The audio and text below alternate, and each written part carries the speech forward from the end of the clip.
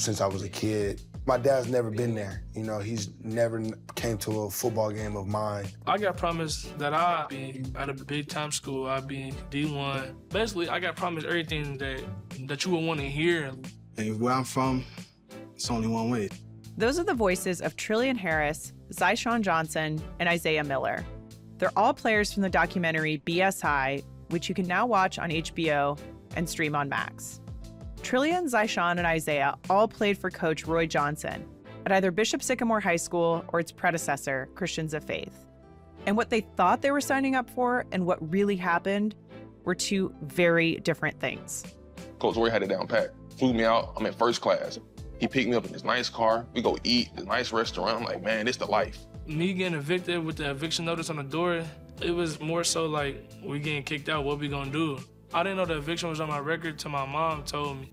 My name is Mary Pilon, and I'm the host of the BS High podcast, the official podcast companion to BS High, the HBO documentary. We give you an exclusive behind-the-scenes look at what went on with Bishop Sycamore and how we told the story on screen. Today, we'll be speaking with Meech Golden, a man who wears many hats. I knew that something wasn't right, just didn't know what at the time. Meech is a talent manager, a businessman, and an Emmy-nominated producer. On BS High, he was often the first person to reach out to the players tied to Bishop Sycamore, and he won their trust and heard their stories.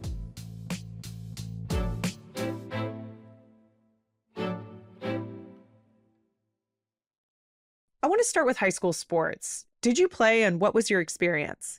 It was great. It was great for me personally. All of my friends played growing up. Prior to high school, I should say, I was always bigger than a lot of my friends before they hit growth spurts and things like that. So I typically couldn't play Pee Wee football because it was always by weight, and I weighed more than all of them. But when we got to high school, I was finally able to compete with those guys and play on a lot of the same teams as them. I was never like the biggest, fastest, strongest guy, but I prided myself in, and I'll never forget one of my coaches, his name is Glenn Farello.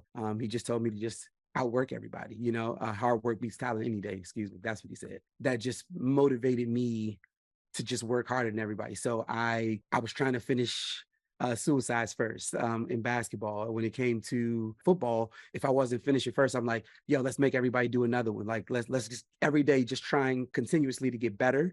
And that's kind of carried over into everything else that I've done.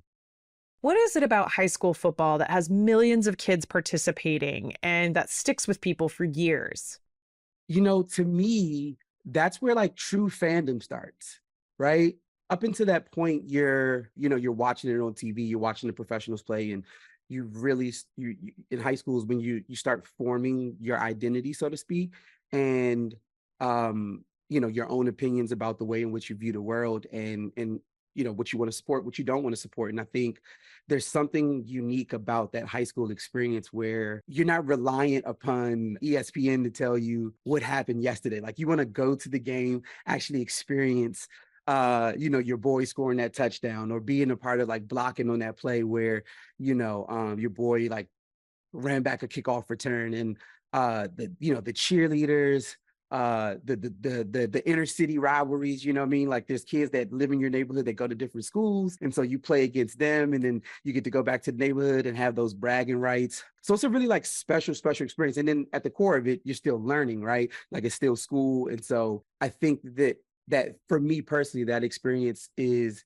something I hold very, very dearly. Like, me and my friends now, when I go back home during the holidays and stuff, we sit around and we kick it and talk about the high school days more than we're talking about what we're currently doing in our lives, because it's such a transformative experience. You know what I mean? What do you remember about the first time you saw and heard about Bishop Sycamore? Well, first and foremost, am I able to curse on here? Because so it was like a oh shit moment, because literally I was watching the game. It was Sunday. I was watching the game, literally watching the game on TV, and I'm just scrolling on on Instagram. And I'm like, yo, this is crazy. For me, it was the tone switch of the color analysts. Like, there was in the beginning, they're trying to sell you, because this is a football game, when it's a high school football game on a Sunday. So they're trying to sell you that Bishop Sycamore may actually be able to compete with IMG, right? And then all of a sudden, as the game starts to unfold, you start to see that they they were having doubts about what they were seeing, and it was almost as if they were trying to save themselves in a way, and maybe even protect the integrity of the network. And I don't know if that was somebody in their ear, or I'm not sure what that process was like. But as a viewer, you could feel that. Maybe I feel it a little bit more in retrospect now that I'm thinking back on that moment. But I definitely noticed that there was a shift, and then the score was just ridiculous, right? And so in my mind, I'm thinking, how is it possible that this team was able to get on the schedule of arguably, a perennial powerhouse? It just didn't make sense to me. And so I knew that something wasn't right, just didn't know what at the time. You were really the first contact point for a lot of key people in the story. How did you go about building those relationships and finding the right people? One of the kids that I remember speaking to very early on was Zyshawn. And I related so much to Zyshawn. Him and we grew up in similar circumstances. And so we just connected on a different level. Like I was able to help him put down his guard a lot quicker than I think a lot of other people may have been able to. And he shared really intimate details with me about what this experience was supposed to be for him and what it was and what it wasn't.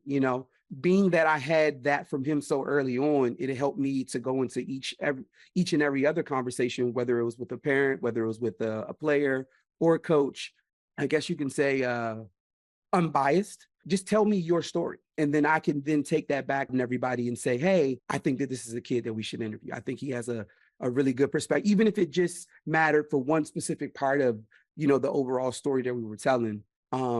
That conversation was really transformative for me because I wasn't fishing for anything at this point, right? The game had happened, and that was the story, right? Initially going into it, we just wanted to talk about the game, but then there was all these other things that sort of started to rear their head as we were, doing our digging. And obviously, anybody who knows you knows that if you got a skeleton in there, she gonna find it. So you better tell us.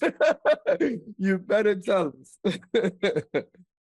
The kids on the team were the target of so much social media attention, some or most of it negative.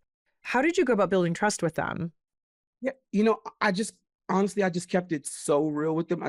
I have nothing to gain from this. Regardless, I'm paid to the end of this week, right? The only thing that I get from this is that paycheck at the end of the week. I am trying to help you right now, position you to be able to get this story out there so that if you do have dreams of pursuing, continuing to pursue your football career at the collegiate level, that somebody's willing to give you a chance now because you were able to tell your side of the story in a format that was thoughtful and meaningful at the end of the day. That was my message to everybody. It was I have nothing to gain from this. You know what I mean? It's not like I'm going to take your story and go out and make a book. This documentary is going to be made with or without you. So would you rather it be made and you have had the opportunity to share your actual experience, or would you rather somebody else be speaking on behalf of everybody that participated in this thing? And I was fortunate that worked. I I couldn't be more grateful for the trust that you guys had in me, right? I mean, because on a lot of those calls, like I said early on, on a lot of those calls, it was just about the game. And then as I'm bringing people forward, we're starting to uncover, okay, well, this happened. Oh, and then there's the church. And then there's, this guy. And whoa, were they doing something fraudulent here? All these other little pieces of the puzzle started to come into play. But as far as the people themselves, which really drive this story, right? I felt honored that, I had the respect and permission, or you guys just gave me a lot of license to, really gave me the license to really go out and source these people and really help them articulate their stories in a way that I think people are going to really enjoy and be sad about and be happy about. But there's a lot of emotions, right? Because it wasn't all bad, right? It was terrible.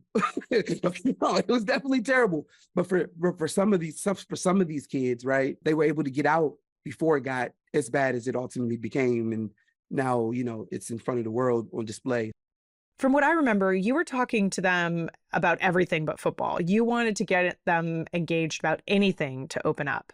Oh yeah, 1000%. I mean, generally once Once I got him on the phone, but whether it was like, I reached out via DM or Instagram, and that was part of the thing too, right? I wasn't using a burner. I was using my regular cell phone. I was using my real page. So look, it humanized me already, right? You can already see, like they see I'm into cool sneakers and hype beast culture and all that, like, so they're already like, oh, okay, cool. Like I relate to him a little bit in this sense, right? And so, initially, just like when I meet anybody else, I wanted to kind of find some common ground or whatever the case is. So I'm just talking to you regularly. I'm not immediately going into poking and prodding and trying to figure out. It was just like, hey, my name is Meech Golden. I'm a producer working on the Bishop Sycamore documentary. And your name has come up, or I found you via such and such. And I just wanted to talk to you about your experiences. That's something that you'd be open to doing. And from there, it literally, I'm like, all right, so take me to the start. What was your first point of contact with the school?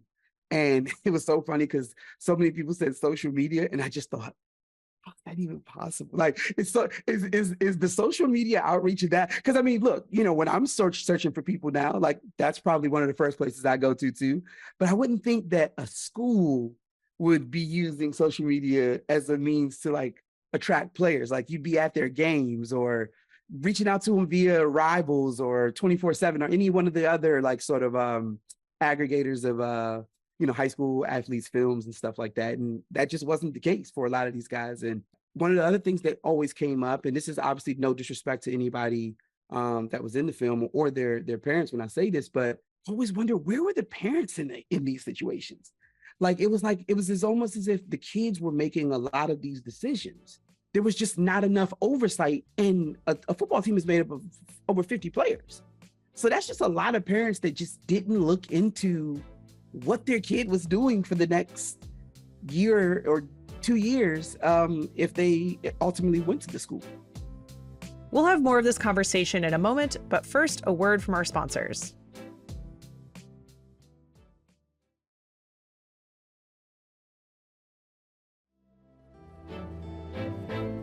How did Roy find these specific kids?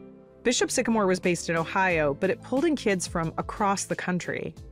It's funny. So it's almost as if he targeted these different neighborhoods or areas, I should say, or regions within the country where football was like a big sport, right? So he had this group from California, and all of them had grown up playing with each other. They all knew each other. So it was a trickle down effect of like, hey, one kid, if I get one kid, ultimately like he'll say, hey, who's that other kid that you play with? And they were now telling their friend about that opportunity that, was presented to them.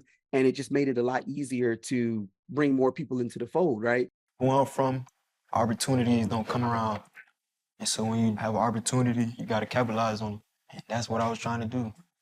From what I saw, there were a lot of single parent households amongst these kids. When I was 7 years old, my dad caught a murder charge, homicide. So football was like the only way that I had like a male support. That was where I was getting disciplined at. It was like always that family effect. Not a lot of father figures. We obviously interviewed a few of the mothers, and they got to share their experience. And it's not to say that a mother doesn't raise a child as good as a father or anything like that. I just think that circumstantially, that's what we dealt with. And life and experiences has shown us what it looks like when there is a lack of two parents in a household, and those young men looking for a way out, so to speak, right? Or a way up in life. And that was ultimately the sort of reoccurring theme that I found through all the kids. They were all looking for that way out or that way up. This gets me into college. Even if I don't go to the league, I'll be able to get a good job because I got a college degree now, right? I won't be forced to stay at home 2-bedroom with my 6 brothers and sisters, and that wasn't all the kids, but the majority of them, yeah, it was. And, some especially like some of the Ohio kids, like, and the Detroit boys, like they were from like really rough places in this country. They were fighting the odds. They were dealing with something completely separate from home. So coming here and having this state-of-the-art facility that they were promised, and being able to be a part of a football program that would ultimately like lead to them get to college or potentially live out their dream of playing in the NFL, I can see why that's so appealing to a kid that has nothing else to hold on to or to look forward to. So I related to that. On the surface, Bishop Sycamore seemed so silly. Everyone is asking, how could anyone fall for the scheme? But as you discovered, Roy's pitch to the kids was way more complex than anticipated. Oh, absolutely. Absolutely. I mean, the DM for some was just the start, right? And then there were those involved parents that was like, well, let me see what this school has to offer. I mean, you're talking about a presentation deck, right? That these kids were getting that outlined what the facility was going to look like. They had drone footage of a video spec of what this state-of-the-art campus was going to look like. Coach Roy had it down pat. Flew me out. I'm in first class. He picked me up in this nice car. We go eat, this nice restaurant. I'm like, man, it's the life. I'm seeing facilities. I'm seeing athletic trainers. Man, like this program is finna be lit. Like we finna tear some people up. Look, for somebody who is, striving to get to the next level and may have not had the grades, right? That's like a really common theme in high school football. It's like super talented kids that just don't do as well in the classroom, right? And so sometimes, that prep year, right, that reclassifying really helps them to get more opportunities, because at the end of the day, they're trying to get two things. They're trying to get that GPA up, or they're trying to get that SAT score, which was another recurring theme that you found from these kids, right? It was grades or SAT score. Some of them needed film, but the majority of them, it was the grades or the SAT score. And so inside those pamphlets and inside those presentation decks, you would see like what the school was going to look like. What you would think that it's going to be like filled with like some of the most amazing like teachers from all over the country and things of that nature. And it quite frankly, it just wasn't that. I mean, I saw acceptance letters that kids got, letting them know that, hey, like you've been accepted into the school. If you just didn't know any better, like I could see why you would go for that. They had, and for anybody who doesn't know listening to this right now, IMG Academy is owned by one of the biggest agencies in the entire world. This school is literally like a college university. I'm talking about a Division I, Power 5 university. There are some colleges on that level that don't have as good of resources or facilities and accommodations as IMG has. And so to be promising that to these kids, in their mind, they're like, partially like, probably, what did I do to deserve this? But like, I can't turn this down. Like this may be my opportunity or the moment that I've been waiting for my entire high school or football life. It's almost hard to turn down, even if you haven't necessarily walked the facility and seen all the things, right? Like in their mind, they're thinking, who would take the time to put this together if it weren't really a real thing? If this wasn't actually something that was going to happen and be made. How did the kids change during the process of filming their interviews for the doc? I mean, yeah, I saw it a ton. A lot of these kids come in with this harder sort of exterior, right? Like not necessarily tough guys, but wanting to show that they're not soft or they're not a punk. And as we were, interviewing them, whether it was the pre-interview or I would say more so when the camera went on, right? During the pre-interviews, they were able to maintain a bit of that harder exterior. A good filmmaker, good producers, we can kind of filter through that and see like, okay, there's more there. And I know the exact line of questioning to bring those things out. And I'm not doing it because I'm trying to put you on the spot. I really want you to tell your story. I want the viewer that's getting ready to ultimately watch this to feel what I feel when I'm talking to you, right? You make a cameo in the doc at the end at a really dramatic moment. Can you talk about that and what was going through your head then? So I wasn't told to do that. I wasn't being told to do that, right? And I also didn't know that anybody was going to follow me. In my mind, I just literally had my producer hat on. I'm like, okay, let me go talk to him right now, talk him off this ledge, like get him back in the chair. Like that, at the end of the day, I just need to get him back in the chair, And so as I'm walking out there and I'm talking to him, it was a really sunny day and I could just feel that there were people there now. So I'm like, okay, like I'm hot, he's hot, Roy. Like, I wanted to be friendly enough that he felt comfort in speaking to me because we had such good rapport, throughout that process. And so it would have been inauthentic of me to change up the way in which I had been speaking to him before, right? But I also wanted him to know that like, you messed up, you screwed up, and now you got to live through it. You also agreed to live through it. And this is a part of that process. Like, if you want people to know that you are genuinely sorry about the things that you are sorry about, then how is you walking out right now and not being able to accept that some kid felt this way? Okay, you know, and that in that short amount of time, that's what I was trying to convey to him, right? I wanted to let him get his frustrations out, because look, naturally, whether you made a mistake or not, when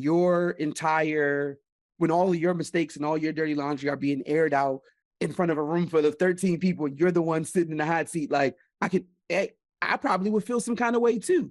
That's the price we pay for the decisions that we make. And I wanted to make that clear to him. And I also wanted to give him an opportunity to show like, hey, like, he's right. And I do feel this way. I'm going to go back and sit in that chair, because this is just part of that healing process, right? I have to go through, and these kids deserve to see this. These kids should know that, hey, if he's being honest about what he's saying he feels, he's apologetic, you know, and this is a part of that process. This is what that looks like. And that's not for me to decide. That's for the court of public opinion at this point. I was like, you got to know, regardless, bro, no matter what you say, people are going to feel how they're going to feel. But at least you can say within yourself that, hey, I was honest. I said my piece.